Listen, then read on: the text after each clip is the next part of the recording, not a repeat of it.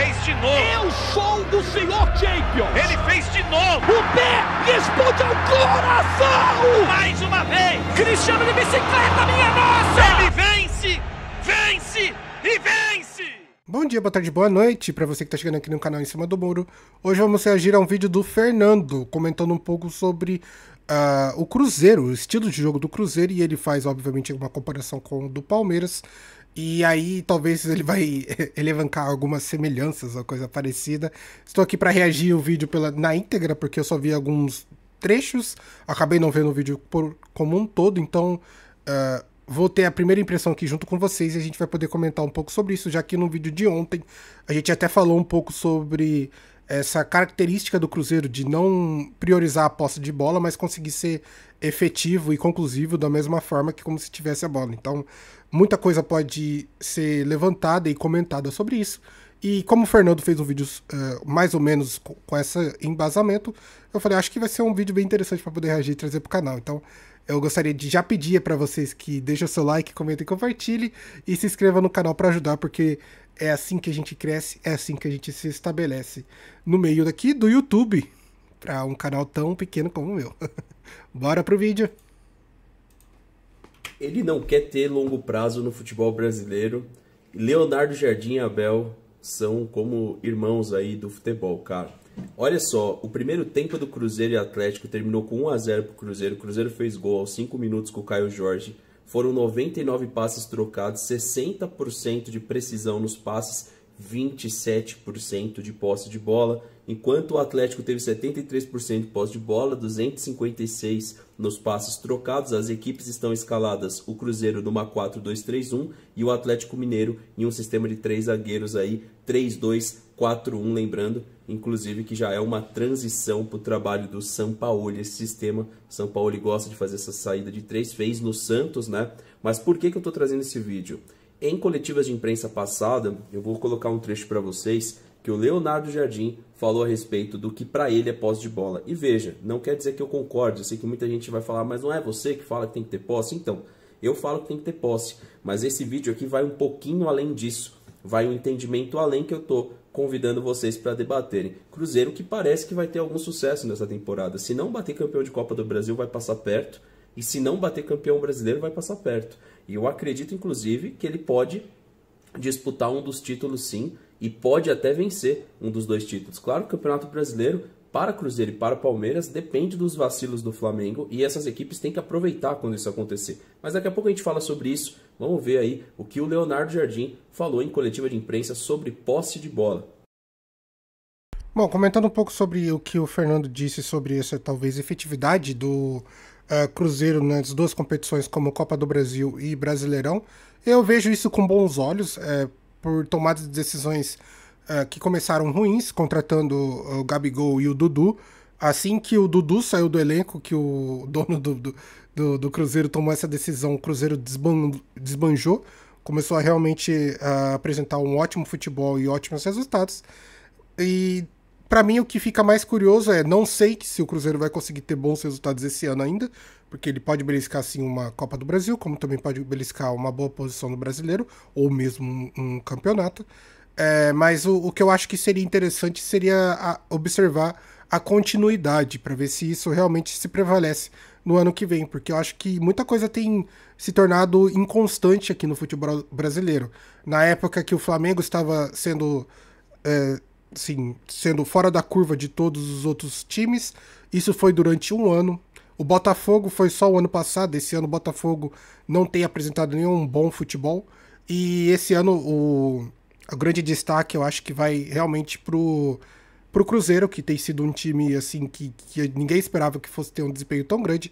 O problema eu acho que vai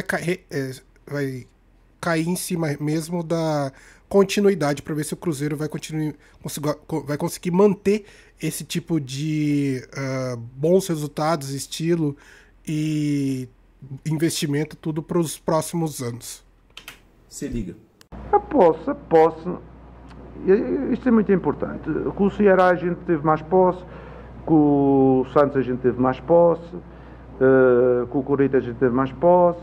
Todos os jogos que tivemos mais posse, o Sport tivemos mais posse e ganhamos, mas a gente quando tem uma posse, porque a seguir o importante da posse, na minha opinião, é uma posse estéril ou não estéril. Porque uma posse, estar a passar os centrais, central para lateral, lateral para central, e tal, e essas coisas todas. Pá, mas vocês fazem esta pergunta, vocês sabem, o Cruzeiro, antes de chegar aqui, era uma equipa com uma posse muito alta. Vocês sabem disso, não sabem? E essa posse era significativa de jogar bem ou de atacar. Não, então porque qual é a importância da posse? Se formos dizer, mas a posse é dentro do meio campo do adversário. Entre linhas. Isso é top. Mas passar a bola central para o guarda-redes para o central, lateral, e toca para trás e toca para lá. Uma pessoa está atrás e falhar um passe e os outros meterem ela dentro da sacola. Isso é que, e por isso a posse para mim é, se for uma posse construtiva, para construir, uma posse agressiva para jogar dentro do meio campo adversário. Isso para mim deu importância. É aquela posse de... E ninguém conta, porque quando vocês falam em posse é o saco todo, e aquela bola que o central toca para o guarda-redes, toca para o lateral, vocês também contam isso como posse. E às vezes por isso é que as outras equipas têm muito mais posse, porque a gente quando está a ganhar, a gente deixa eles tocar lá atrás um pedacinho que vamos... Mano, eu não entendi nada. Eu não entendi bolhufas que esse cara falou, mano. Pelo amor de Deus, mano. Que porra de corte é esse que você me coloca, velho? No vídeo, mano. Meu Deus, cara. Além de ter ficado com dor de ouvido, eu não entendi bolhufas que o cara falou. Não, posse. Que a posse. E lá posse. Quando a posse tá lá, posse. E aí vocês falam que é posse. Entendi porra nenhuma, velho. Eu juro. Eu ia esperar o jogo terminar, mano. Mas nem vou, 2-0. O Cruzeiro acaba de fazer o segundo gol aí, ó. E o que eu tenho pra dizer com isso é o seguinte, eu vou até colocar aqui nos números de novo. O segundo tempo mal começa, o Cruzeiro faz o segundo. Cara, que o Cruzeiro ia ganhar, eu tinha uma plena convicção. Não os 2 jogos, né? Mas tinha uma plena convicção que ia ganhar.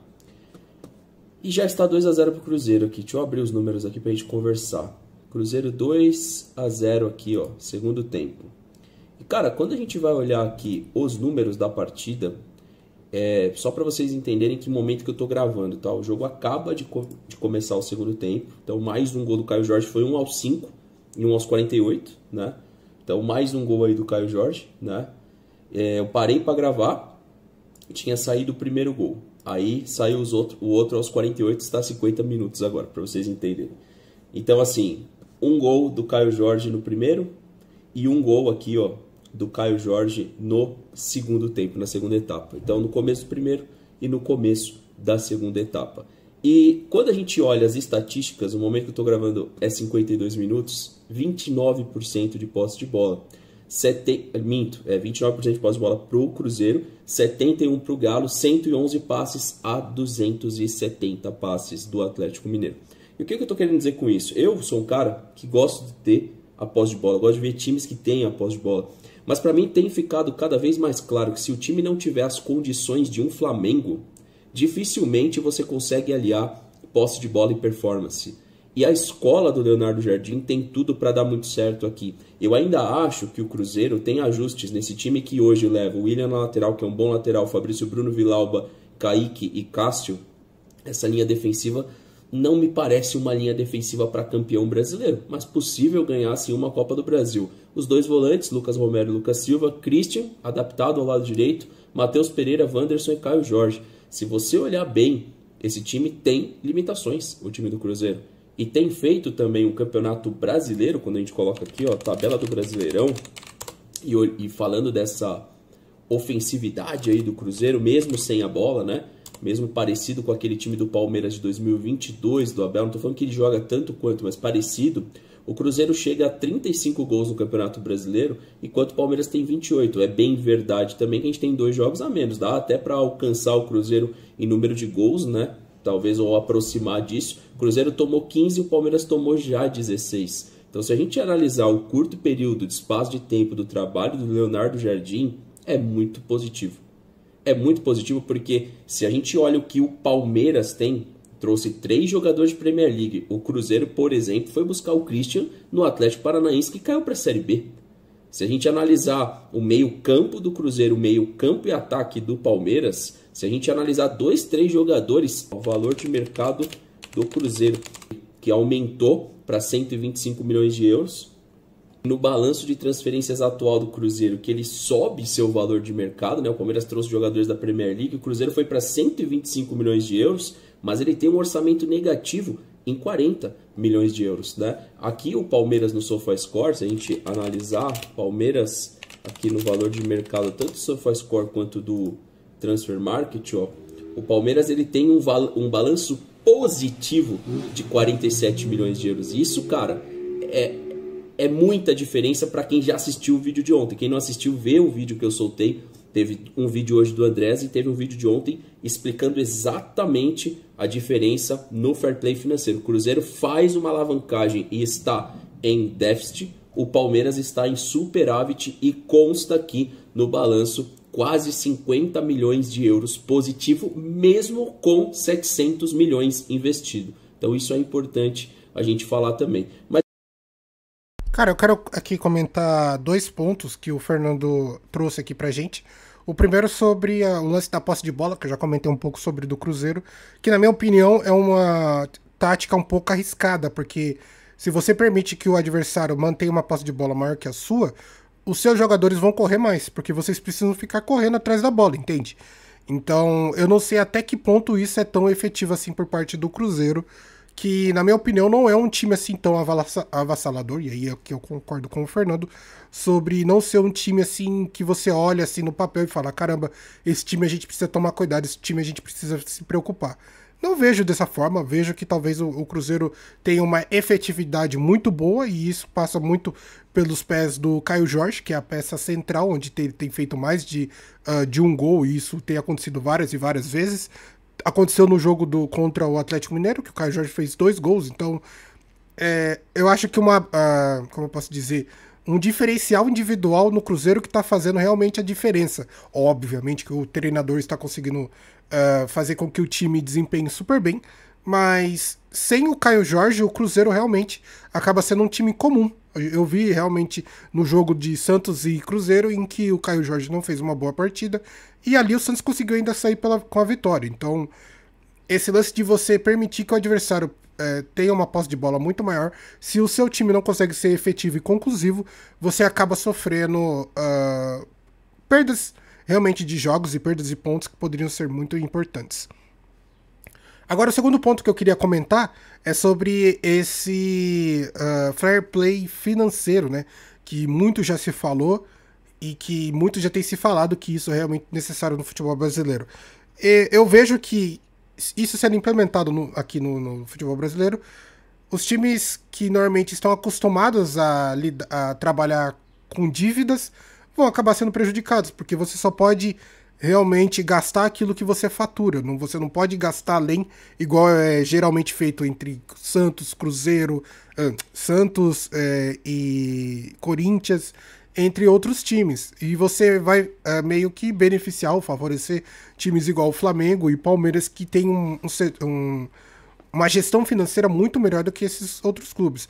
Eu acho que isso seria interessante realmente para o futebol, porque você determina que o time tem uma saúde saudável financeiramente, porque o que eu acho que deixa alguns torcedores ou deixa alguns analistas de futebol bem preocupados e revoltados é que time que está devendo 2, 3 milhões acaba... 2, 3 milhões não, 2, 3 bilhões acaba não se preocupando em pagar as dívidas, porque realmente as dívidas vão sendo empurradas com a barriga, e a gente vê essa troca de vem jogador, vai jogador, e o time não se preocupa com as dívidas aumentando. Talvez implementando esse fair play financeiro, os times sejam obrigados a realmente se preocupar mais com as suas finanças e manter uma saúde mais saudável sobre a gestão financeira de cada clube. Então, eu acho que, na minha opinião, eu só estou realmente favorável a essa implementação, por mais que o meu time do coração vai ser desfavorecido, porque o Santos hoje aumenta muito a sua dívida, que antes não estava, se eu não me engano, 700 milhões, e ao fim desse ano provavelmente vai superar 1 bilhão. Então o time do Santos seria desfavorecido, mas pensa pelo lado positivo de que, se você tem uma regra dessa implementada, pelo menos presidentes, donos de clubes são obrigados a respeitar a saúde financeira do clube, e aí a gente para de ouvir tanta coisa de que acaba degradando alguns clubes, igual aconteceu com o Corinthians esse ano, de polícia, impeachment e tudo mais, investigação. Cara, isso aí realmente acaba desfavorecendo toda a marca que o clube lutou para construir, justamente por más gestões e pessoas que não sabem gerir muito bem o futebol. Mas enfim, como o assunto aqui é a não posse de bola, eu acredito que o Cruzeiro tem um caminho muito largo aí para ser campeão de alguma coisa, cara. Tem aí, mesmo que não seja esse ano, já está muito claro que é uma SAF que veio para ficar, e acho que é o grande time dessa Copa do Brasil aí a ser batido. Queria saber se vocês concordam, lembrando que eu estou gravando antes de Botafogo e Vasco, não sei quem vai passar. Corinthians avançou, Fluminense avançou, e eu acho que o Cruzeiro é o time mais preparado para levar mais uma Copa do Brasil. Comenta o que vocês acham, se vocês concordam com esse jeito de jogar a la Abel e Leonardo Jardim, se você acha que no futebol brasileiro é o jeito mais fácil de ter resultado, deixa aqui nos comentários e tamo junto. Eu entendo esse posicionamento do Fernando de acreditar que o Cruzeiro é um time mais preparado e mais na intenção realmente de ser campeão da Copa do Brasil, mas aqui eu poderia até voltar em um vídeo que eu disse aí, cara, não pode deixar Corinthians passar de tal determinada situação que cresce muito, cara. Então, para essa semifinal e final, o Corinthians vem gigante e justamente vai enfrentar o Cruzeiro. Então, praticamente, se o Corinthians vence o Cruzeiro, meio que já vai com aquela alcunha de campeão da Copa do Brasil, porque do outro lado você vai ter que enfrentar um Fluminense baqueado e um Vasco que poderia talvez oferecer um perigo, porque querendo ou não, apesar de não gostar muito das táticas e jeitos do Fernando Diniz, eu reconheço que ele é um treinador que consegue ser muito efetivo nesse tipo de competição. Conseguiu superar o Botafogo, já foi campeão pelo Fluminense da Libertadores, então meio que o Diniz já está acostumado com tudo isso. Porém, igual eu falei, eu acho que o time que mais cresce, o time que mais está assim, com gana realmente para ser campeão dessa Copa do Brasil, eu colocaria o Corinthians por ser um time cascudo, e acho que o próprio Fernando pode reconhecer isso, dada a situação que o Corinthians eliminou o Palmeiras e tá vindo com força total justamente para essa Copa do Brasil. Bom, é isso, esse foi o vídeo, eu acho que foi um vídeo tranquilo, um vídeo bem de boas para você curtir no seu sabadão. Queria agradecer muito por você que ficou até o final do vídeo. Gostaria de pedir que você deixe seu like, comente e compartilhe. Se inscreva no canal para ajudar. Estamos crescendo, estamos subindo. Tamo junto e falou!